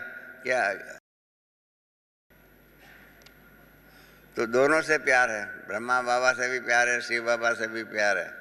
तो फिर बाबा ने डेफिनेशन बताई। प्यार माना पहले भी सुनाया है, प्यार का प्रैक्टिकल रूप है ब्रह्मा बाप का करना और कहना, और बच्चों को बाप समान करना। यह है सच्चा दिल का प्यार। दुनिया में प्यार शब्द जो है, प्रेम शब्द जो है ना, वो अलग अलग गलत रीति से लोगों ने ले लिया है। आचार्य रजनीश जी आदि प्रेम शब्द का गलत रूप में उपयोग करते थे। इसलिए फिर क्या कर दिया, हम लोगों ने जो आर्टिकल लिखते थे ना, उसमें क्या कर दिया, हमने प्यार शब्द या प्रेम शब्द निकाल दिया और उसके बदले में स्नेह कर दिया। क्योंकि स्नेह सतो प्रधान हो सकता है, प्यार में तो तमो प्रधानता भी आ सकती है। इसलिए हम लोगों ने ज्ञानामृत में लिखते हैं, उसमें स्नेह शब्द लिखते हैं। तो यहाँ बाबा ने बता दिया, प्यार माना प्रैक्टिकल रूप है ब्रह्मा बाप का करना और कहना और बच्चों को बाप समान करना, यह है सच्चा दिल का प्यार। फिर बाबा ने कहा, आप बच्चे करते हो, पर क्या करते हो? ब्रह्मा और बाबा समान करते हो यह सोचते हो, लेकिन पहले करके पीछे सोचते हो। 90% हमारी गलतियां हो जाती है, उसके बाद हमको रियलाइज भी होता है कि हमने ये गलती किया। हाँ, करने के बाद, गलती करने के बाद हमको रियलाइज होता है कि हमने ये गलती किया। इसके बदले में बाबा क्या कहते हैं, ब्रह्मा बाप समान बनना है तो क्या करना चाहिए? पहले सोचो, संकल्प करके पहले सोचो कि यह संकल्प, कोई भी संकल्प करते हो उसके पहले सोचो कि क्या यह संकल्प ब्रह्मा बाप का है। अगर है तो प्रैक्टिकल करो, करके पीछे नहीं सोचो। हम बहुत करके सभी बहन भाई करने के बाद, गलतियां करने के बाद सोचते हैं कि हमने ये गलतियां कैसे की, क्या हुआ। इस प्रकार करने के बाद हम सोचते हैं। बाबा कहते हैं पहले सोचो, और ये जब करने के लिए सोचते हो तब सोचो कि ये जो हम करने जा रहे हैं वो ब्रह्मा बाप समान है या नहीं, और तब करो। माना पहले सोचो फिर करना है। हम करते हैं, पहले कर देते हैं, उसके बाद सोचते हैं। इसलिए बाबा ने शब्द बताया, संकल्प करो कि पहले सोचो और फिर फॉलो करो। ब्रह्मा बाप को फॉलो कर रहा है, फॉलो की भी डेफिनेशन दूसरी बताई, फॉलो की। ब्रह्मा बाप को फॉलो करना अर्थात ब्रह्मा बाप समान बनना। ब्रह्मा बाप समान बनना। और बाबा ने यहाँ एक प्रश्न पूछा हुआ है। बाबा ने पूछा है, हिम्मत है ब्रह्मा बाप को फॉलो करने की? हिम्मत है? बहुत कठिन प्रश्न है। ब्रह्मा बाप के समान फॉलो करना बहुत कठिन शब्द है, सब्जेक्ट है। ब्रह्मा बाबा ने सब कुछ, अपना धन आदि जो भी है पूरा ही समर्पित कर दिया। परिवार सहित, परिवार के सामने भी, लोगों के सामने भी, सबके सामने भी बाबा ने अपना दृढ़ निश्चय के आधार पर कारोबार किया। वो तो बहुत बड़ी भारी हिस्ट्री है ब्रह्मा बाबा का, जो दृढ़ संकल्प का कारोबार जो था परिवार के साथ कैसे था। मैंने दादी ब्रिजेंद्रा को सवाल पूछा था। दादी ब्रिजेंद्रा ब्रह्मा बाबा की पुत्र वधु बड़े बेटे की पत्नी थी। तो मैंने दादी ब्रिजेंद्रा को पूछा कि आपको बाबा ने जो इतना जेवर दिया था, क्योंकि बाबा का ज्वेलरी का बिजनेस था, तो इतना जेवर दिया था, तो वो जेवर आपने एक सेकंड में शरीर से उतार करके एक अपना एक रुमाल होता है ना, हैंडकरचीफ पे रख करके बाबा को दे दिया। तो मैंने ब्रिजेंद्र दादी को पूछा कि आपने पूरा ही जेवर उतार करके निकाल करके दे दिया। क्या होता है, बहनों को ज्वेलरी सबसे ज़्यादा में ज़्यादा प्यारी होती है। तो इसलिए हमने उन ब्रिजेंद्र दादी को पूछा कि जब आपने बाबा को ज्वेलरी दे दिया तो आपके मन में संकल्प नहीं चला कि अरे रे रे रे ये मैं ज्वेलरी देती हूँ तो क्या होगा? क्योंकि दादी ब्रिजेंद्रा को दो बच्चे भी थे, तो दो बच्चे से तो इनके बच्चों की शादी में उनकी बहुओं को देना पड़ेगा, यही होना होगा, क्या क्या हम सोचते हैं। तो दादी ब्रिजेंद्रा ने मुझे कहा कि नहीं रमेश, हम लोग ने तो जब दे दिया तो दे दिया, उसका दृढ़ संकल्प किया। उस टाइम पर ये सोचा भी नहीं कि हम दे रहे हैं और उसका कोई भी प्रकार की नेगेटिव इफेक्ट, नेगेटिव इन्फ्लुएंस हमारे जीवन में हुई नहीं। उसको कहते हैं त्याग। यहाँ आज की दुनिया में तो क्या होता है, त्याग माना क्या, जब ताकत नहीं होती, कुछ नहीं होता है, तब कहते हैं हम त्याग करेंगे। वास्तव में आप लोगों को मालूम होगा, ईशावास्यम इदं यत् किंचित जगत्यान जगत तेन त्यक्तेन भुंजी था। त्याग के आधार पर विश्व का साम्राज्य संभालना, करना, चलाना, ये बहुत बड़ी बात है। वो त्याग बाबा अभी हम बच्चों को सिखाते हैं। इसके कारण क्या हो जाएगा कि हम विश्व के राज्य की गादी पर बैठे हुए भी त्याग के कारण गादी के साथ हमारी आसक्ति नहीं होगी।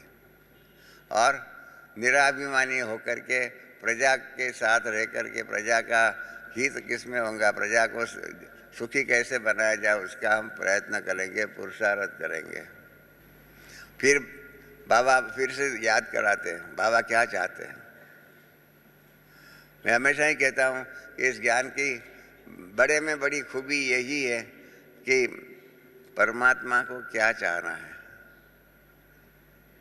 बाबा की मुरलियाँ देखो और भक्ति मार्ग की देखो। भक्ति मार्ग में शंकर भाष्य है, शंकर भाष्य में परमात्मा ने सृष्टि रची, उसका है स इच्छत, परमात्मा को इच्छा हुई और इसलिए उन्होंने दुनिया की रचना की। तो क्रिटिक जो है उसको पूछता है भगवान को कि आपको सृष्टि रचना करने की इच्छा क्यों हुई। तो शंकराचार्य उसका जवाब दे देते हैं, लीलावत्तु कैवल्यम, लीला करने के लिए भगवान ने रचना की। भगवान ने किस बात के लिए, क्या काम के लिए सृष्टि की रचना किया, शंकराचार्य को भी मालूम नहीं। लीला करने के लिए, भगवान को क्या लीला करने की जरूरत थी, तो दुनिया नहीं बनाने की थी, उसके कारण परमात्मा ने कारोबार किया। तो ये हमें यहाँ मालूम पड़ता है कि परमात्मा में क्या शक्तियाँ हैं, क्या इच्छाएँ हैं, क्या। यहाँ भी आपने आपको बताया, आज बाप दादा विशेष संतुष्टता की शक्ति हर एक बच्चे में ब्रह्मा बाप समान देखने चाहते हैं। ये परमात्मा की इच्छा है। दुनिया में कहते हैं कि इच्छा मात्रम अविद्या। अगर इच्छा मात्रम अविद्या हो तो भगवान को कोई प्रकार की इच्छा ही नहीं होती। यहाँ तो इच्छा है। ओपनली बाबा ने सारे 30,000 के सामने और सारी दुनिया के बच्चों के सामने कहा कि आज बाबा विशेष संतुष्टता की शक्ति हर एक बच्चे में ब्रह्मा बाप समान देखना चाहते हैं। इस एक संतुष्टता की शक्ति में सर्व शक्तियाँ आएंगी।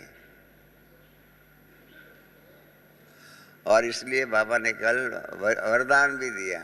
बाबा ने कहा तो आज बाप दादा का विशेष वरदान है, संतुष्टता की शक्ति भव। कुछ भी हो, अपनी संतुष्टता कभी भी छोड़ना नहीं। संतुष्टता के बारे में क्या बताया, कुछ भी हो जाए तो भी अपनी संतुष्टता को छोड़ना नहीं। कई बच्चे बाबा ने बताया, फिर बाबा के पास सब कुछ होता है, मालूम होता है, क्योंकि बाबा अंतर्यामी भी होता है, त्रिकालदर्शी भी है। तो इसलिए बाबा कहते, कई बच्चे ऐसा कहते हैं कि बाबा आप तो कहते हो कि संतुष्ट बनना सहज है, लेकिन संतुष्ट बनाना बहुत मुश्किल है। मैं तो संतुष्ट बन जाऊं पर सामने वाला संतुष्ट नहीं बने तो क्या हो जाएगा। इसलिए संतुष्ट बनना बहुत मुश्किल है।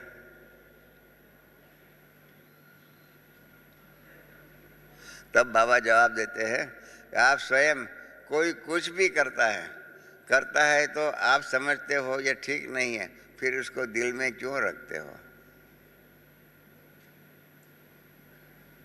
90% भाई बहन भूतकाल की बातें, औरों की कमियों की बातें अपने दिल में रखते हैं और फिर समय पर आकर के टॉन्ट लादी लगाते ही रहते हैं कि तुम ऐसा है, तुम ऐसा है, तुम ऐसा है।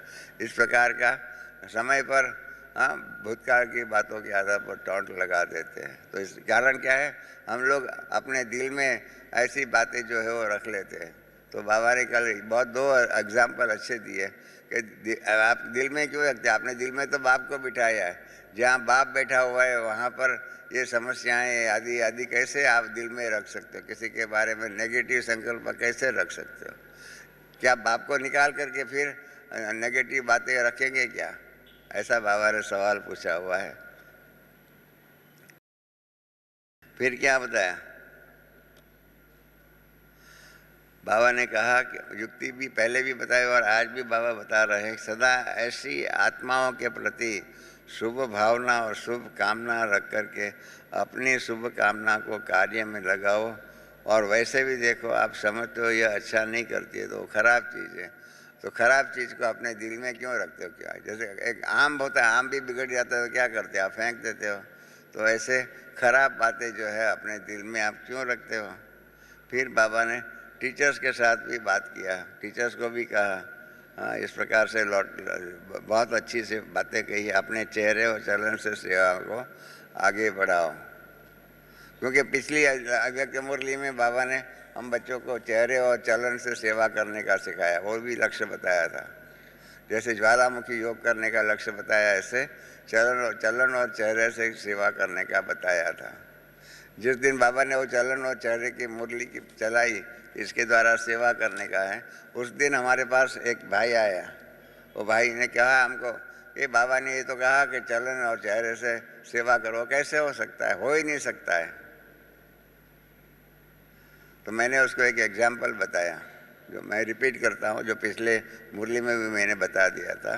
क्योंकि मुरली के बाद फौरन वो भाई मेरे पास आया कि चलन और चेहरे से सेवा नहीं हो सकती। मैंने उनको एग्जाम्पल बताया कि इसी हॉल के अंदर अपना आंध्र प्रदेश का चीफ मिनिस्टर उस टाइम पर थे, वो यहाँ आए हुए थे। आंध्र प्रदेश का चीफ मिनिस्टर, उसको हमने ऊपर रखा हुआ था और वहाँ से ऊपर से कार में यहाँ साथ में आए। बाबा की मुरली यहाँ बैठ करके उसने सुनी, सब कुछ हुआ।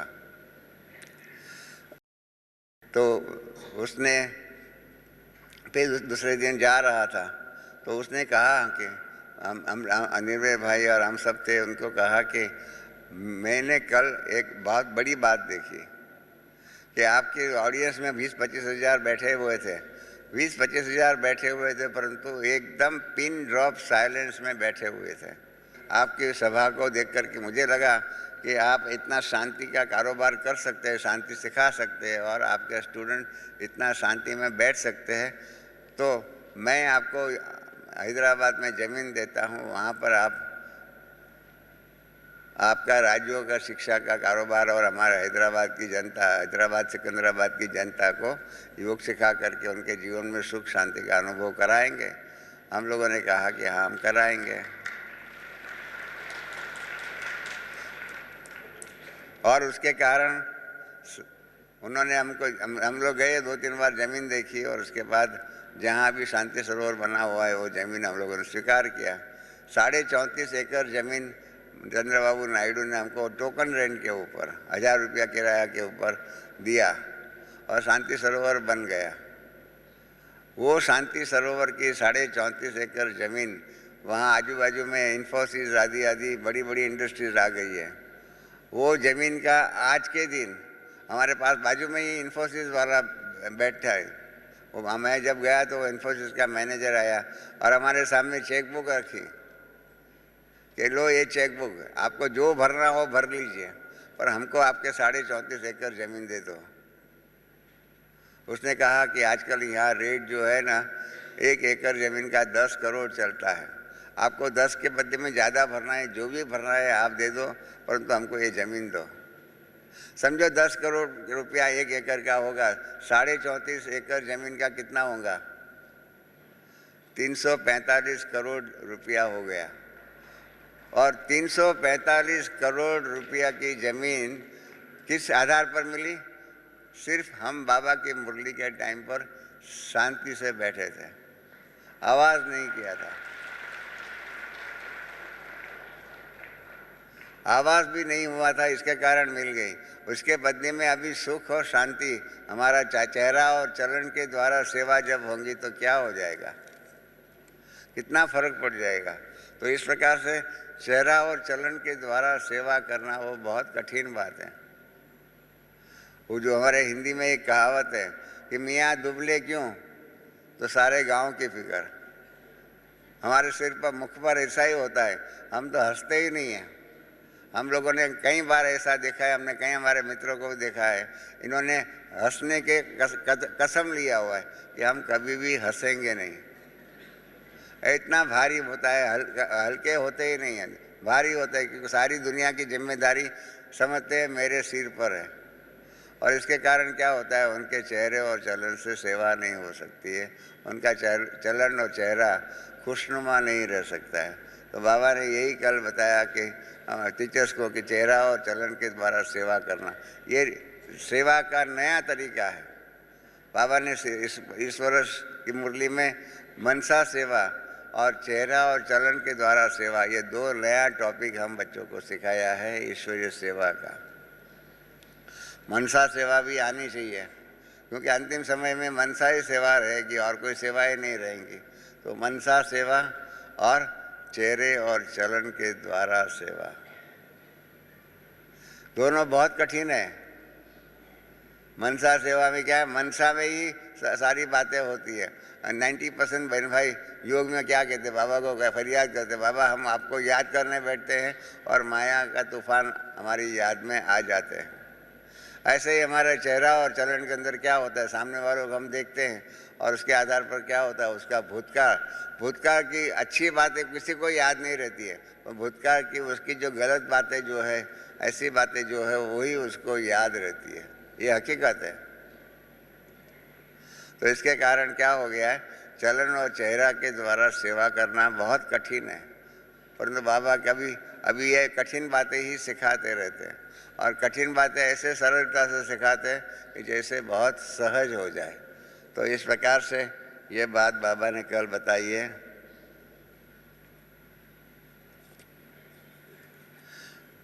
और बाबा ने उनको चेहरे और चलन की बातें भी बताई, वो सब बहुत जानते हैं। फिर बाबा ने नई बात बताई कि बाबा क्या चाहते हैं। बाबा कहते हैं कि बच्चे ब्रह्मा बाप समान बने, फॉलो फादर, क्योंकि समय की हालतें तो हलचल में आ भी रही है और आनी भी है। इसलिए बाप दादा हर बच्चों को यही शिक्षा देने चाहते हैं कि सदा खुश रहो और खुशी बांटो। हलचल के समय भी हमारी खुशी, अभी से प्रैक्टिस होगी, अभी से अभ्यास होगा, तो हलचल के समय पर भी हम खुश रहेंगे और खुशी बांट सकेंगे। तो इसलिए बाबा ने क्या किया, हर बच्चे को चलन और चेहरे से धारण कर अन्य को भी कराना है, यह विशेषता के ऊपर ध्यान रखो। इस करके बाबा ने मुरली समाप्त किया। 8:34 अर्थात 55 मिनट बाबा ने मुरली चलाई। उसके बाद पहली बार जो आए हुए हैं उनके लिए बाबा ने मुरली चलाई। पिछली 2 मुरली और कल की तीसरी मुरली, तीनों मुरली में एक बात बाबा ने कही है, गुप्त रूप में कह दिया है, और जिसने समझ लिया होगा वो समझ गए होंगे कि बाबा ने ये परिवर्तन किया है। उसके पहले ये पिछली 2 और कल की मुरली, 3 मुरली से पहले के अंदर बाबा कहते थे कि साथ चलेंगे, बाप के साथ चलेंगे और वापस साथ इस दुनिया पर आएंगे और बाप के साथ राज्य करेंगे। याद है आप सबको, बाप के साथ राज करेंगे, ये शब्द होता था। पिछली 3 मुरली से बाबा ने क्या, बाप के साथ चलेंगे, बाप के साथ आएंगे, सृष्टि में आएंगे, परंतु बाप के साथ राज करने की बात बाबा ने कैंसिल कर दी, क्योंकि देरी से आए। बाकी सब बातें स्पीड आप बढ़ा दो, पर 99% भाई बहन ये जो राज्य भाग का निमित्त बनने के लिए, उनके लिए बहुत समय का ही पुरुषार्थ चाहिए। ये सारी बातें जो आप जानते हैं बाबा ने कहा हुआ है, तो इसी के आधार पर आपको ध्यान रखने का है कि क्या बाप समान बनने की बात जो है, उसमें जो पहले आ गए हैं उनको ये प्रिविलेज मिल सकता है कि बाप के साथ राज्य का अधिकारी भी बन सकते हैं। परंतु पिछले 3 मुरली के अंदर बाबा ने राजभाग शब्द निकाल दिया है, मतलब बहुत कॉमन रीत से राज्य भाग्य नहीं मिलेगा। देखो इसमें भी है नए बहन भाइयों के लिए कि आपका वायदा है साथ चलेंगे और साथ राज्य में आएंगे, ये कहा, और साथ राज्य करेंगे ये नहीं आया। आप समझे, ये बात बहुत इम्पोर्टेंट बात है। हम समझो, हमको राज्य अधिकारी हम नहीं बन सकते इस प्रकार की, जब हमारे दिल में ये बात लगती है तो चोट लगती है या नहीं।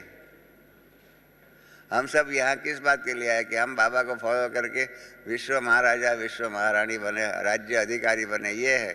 और हमको ये चोट लग जाए कि आप अभी राज्य अधिकारी नहीं बन सकते, तो क्या होगा, दुख नहीं होगा, सोच नहीं चलेगा। तो इसके आधार पर आप नक्की करिए कि हमको ऐसा पुरुषार्थ करना है कि हम बाबा के साथ विश्व अधिकारी के रूप में, राज्य अधिकारी के रूप में, बाप के साथ राज्य संभालने वाले भी बनेंगे। इस प्रकार का पुरुषार्थ करना है। फिर सेवा का टर्न महाराष्ट्र का है, उसके बारे में बाबा ने कहा कि ये बाप के बारे में यही कहा, दोनों दिल्ली और बॉम्बे को, कि आपके संपर्क संबंध में आए हुए विशेष आत्माएं जो माइक भी बन सकते हैं और वारिस भी बन सकते हैं, ऐसे ग्रुप निकालो। फिर से यही बात आई जो 15 नवंबर को कहा, वारिस क्वालिटी और माइक क्वालिटी की बात का ईश्वरीय सेवा का लक्ष्य दिल्ली वाले को और बॉम्बे वालों को दिया। फिर बाबा ने बहुत और भी भाई कई बातें कही है, पर समय हो गया है, इसलिए आप देखो क्या हो सकता है। बाकी एक बात बाबा ने कही कि एक बात अभी तक किसी भी सेंटर से नहीं आई है कि हमारा सेंटर निर्विघ्न है, मिलनसार है। तो ये भी एक लक्ष्य है कि जैसे हम अपने जीवन को निर्विघ्न बनाते हैं, इस प्रकार से हमारे सेवा केंद्र को भी निर्विघ्न बनाना है। ये बहुत ज़रूरी बात है, बहुत इम्पोर्टेंट बातें हैं। वो बातें पूरी हो गई। फिर 9:04 को बाबा ने आईटी ग्रुप वालों से बात किया। फिर 9:12 को बाबा ने डबल विदेशी भाई बहनों के साथ बात किया। और फिर क्या हो गया, 9:14 को बाबा नहीं 9:10 को बाबा ने ये विदेशियों से बात किया। फिर 4-5 मिनट के बाद बाबा ने याद प्यार दिया और इस प्रकार से मुरली का कारोबार समाप्त हुआ। फिर स्टेज पर दादियाँ गई, उनसे बातें जो हुई है वो सारी बातें इसमें बताया हुआ है। अलग अलग व्यक्तियों से मिले हैं, वो भी बात बताई हुई है। तो इस प्रकार से ये बातें आप सबको ख्याल में रहे। और इस प्रकार से बाबा ने जो कल संतुष्ट मणि बनने की जो बात कही है, वो हमारे जीवन का लक्ष्य रहे। चेहरे और चलन से सेवा करने का हमारा लक्ष्य रहे। इस प्रकार की बातें करनी है, ये बाबा ने कल हम बच्चों को सिखाया है। ओम शांति।